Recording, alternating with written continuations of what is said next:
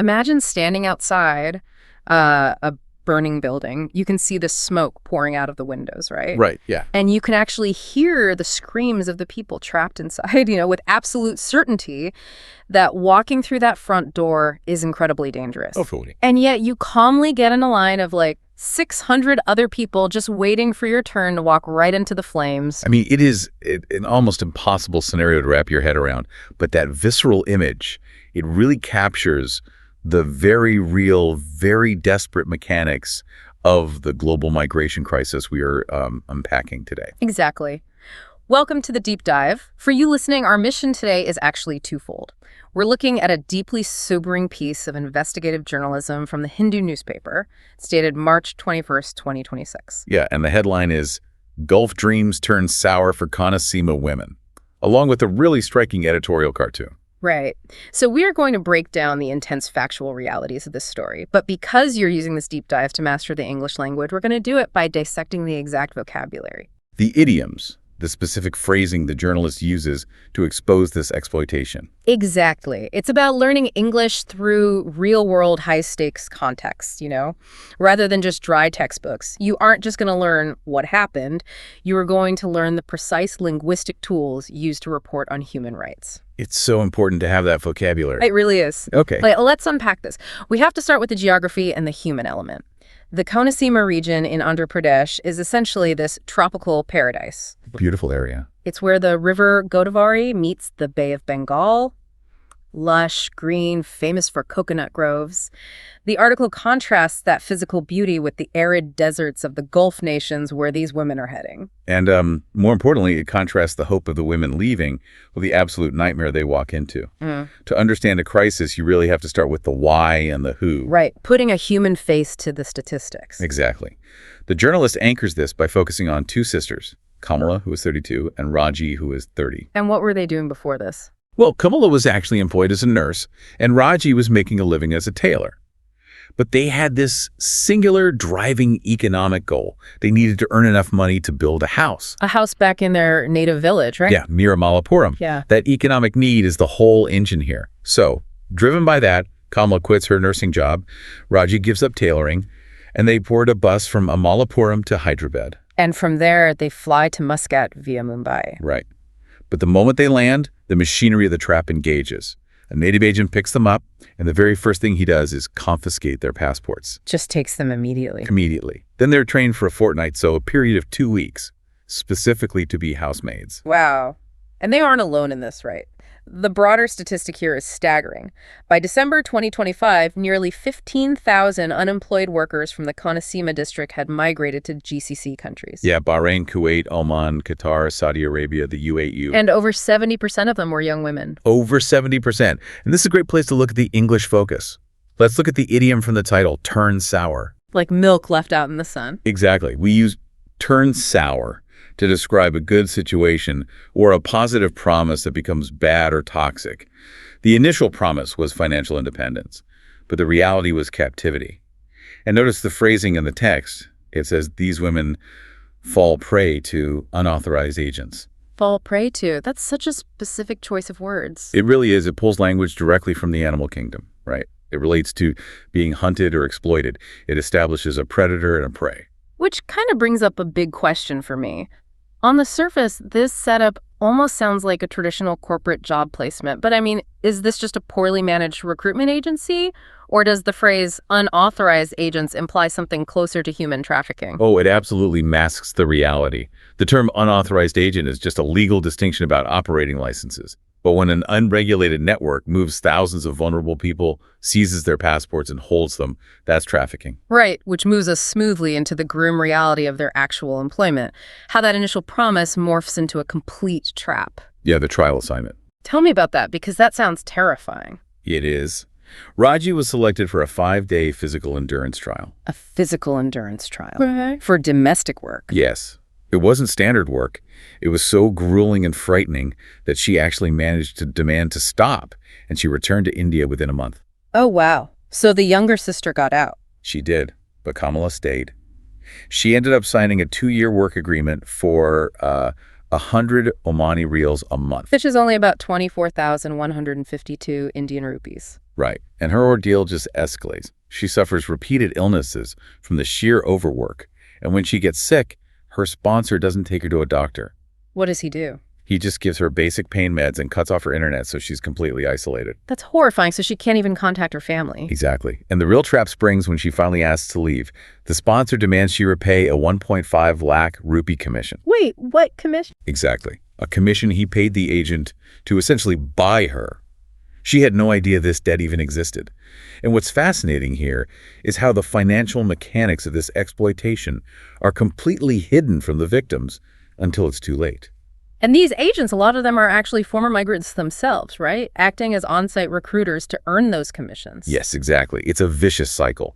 And linguistically, the journalist categorizes this entire setup as their modus operandi. Ah, modus operandi. Right. It's a Latin phrase widely used in advanced English to describe a specific method of operation. It shows this isn't an accident. It's an engineered business model. And the mechanism holding the trap shut is coercion. Forcing someone to do something against their will. Usually through threats or leverage. Here, the coercion is financial, that massive hidden debt. Well, here's where it gets really interesting for me. The text uses the word sponsor for the employer. In English, a sponsor usually implies a benefactor, someone offering support, like sponsoring a little league team. Right, a positive investment. Exactly. But in this context, the sponsor is acting as a captor who holds a passport ransom. Does this official terminology mask the reality of the situation? It absolutely masks it. In the Gulf system, the sponsor, the kafala system, legally guarantees the worker's visa. But linguistically, applying a supportive word like sponsor to absolute captivity, it's a classic sanitization tactic. The administrative jargon just completely hides the reality. Precisely. So now that we see the trap, let's shift to the escape routes. How do Kamala and others actually get back home? Who is helping them? Well, enter the Kanasima Center for Migration, or the KCM. Huh? It was set up by the Andhra Pradesh government in March 2025. This was after District Collector R. Mahesh Kumar really urged them to take action due to all the distress calls. And the numbers from the KCM are pretty remarkable. Manager G. Ramesh notes they successfully repatriated 78 victims. Yeah, 76 of those were women. And tragically, they also had to coordinate the return of 7 bodies of workers who died abroad. That's heartbreaking. But Kamala was one of the lucky ones, right? She was repatriated in December 2025. She was, but only after her family managed to pay that 1.5 lakh rupee ransom. And she's actually still owed a month's salary. Let's look at that word, by the way. Repatriation. Yeah, break that down for us. It's much stronger than simply returning or traveling. The prefix "ir" means back, and the Latin root patria means fatherland or home country. So it implies restoring someone to their country of origin. Exactly. It's used for prisoners of war, refugees, or trafficking victims. It implies a rescue. A rescue from systemic failure, really, because the bureaucratic reality here is shocking. Out of those 76 living victims, only 2 were helped via official Indian embassies. Only 2. The diplomatic red tape is just too slow. So what does the KCM do instead? They find it way faster to just pressure the recruiting agent directly, the local guy back in India. They squeeze him to return the commission money to the sponsor in the Gulf, so the sponsor releases the passport. Wow. I mean, it's like cutting the Gordian knot, isn't it? Just totally bypassing the slow diplomatic red tape to save a life immediately. It's a brilliantly pragmatic tactic, but it's a wild west out there. In Andhra Pradesh, there are 1,100 registered agents. Which requires a 5 lakh rupee deposit, right? Right, for accountability. But in Kanasima alone, there are 165 unauthorized agents operating in the shadows. And the police have registered 48 cases under the Immigration Act of 1983 against them. Yeah, but that's just scratching the surface. Which brings us to the most jarring paradox of this whole story. Having established the horrors of this system and how hard it is to escape, the migration isn't stopping. It's not. In fact, it's growing. Let's share some of the other harrowing stories the article mentions just to emphasize the sheer risk. There's G. Padma, she's 36. Her contract was forcibly renewed against her will. Yeah, leaving her totally unpaid for 4 months, and she faced terrible physical abuse. And then there's Suma. She survived on 1 meal a day for 2 months, and when she begged for help, her agent just blocked her number. Blocked her number and abandoned her. And part of the reason they are so trapped is the systemic language barrier. The APNRTS president, Femuru Ravi Kumar, notes that over 90% of these abuse complaints come from outside the official OMC-CAP route. The official government route. Right, because on the shadow route, these contracts are often written entirely in Arabic. The women are totally blind to what they're actually signing. They can't read a single word of it. Exactly.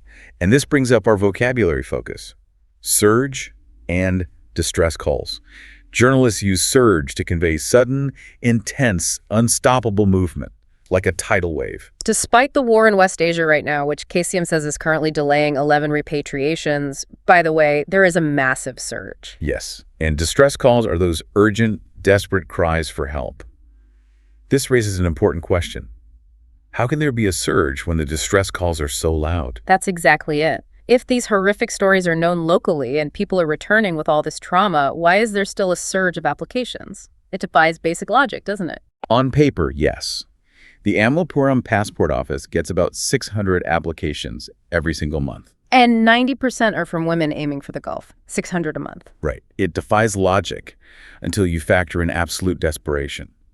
The fear of crushing poverty at home is somehow greater than the fear of the abuse abroad. They are rolling the dice just to survive. Wow. Yeah, the urgency of poverty overriding everything else, which speaks directly to you, the listener, and why we do this. By learning English through real journalistic reporting rather than artificial scenarios, you aren't just memorizing vocabulary lists. No, not at all.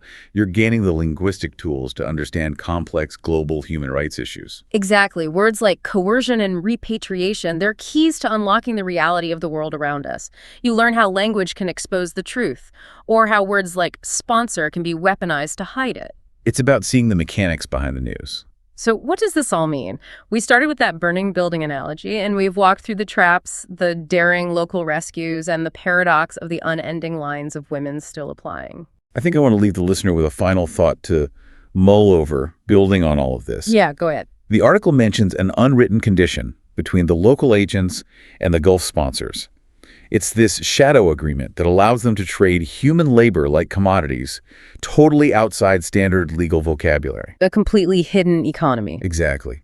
So as you continue to learn English and navigate global news, ask yourself, what other unwritten conditions govern our global economy that standard legal vocabulary completely fails to capture? That's a profound question to end on. The words we use matter, but the words we don't have matter just as much. Keep learning, keep questioning, and we'll see you on the next deep dive.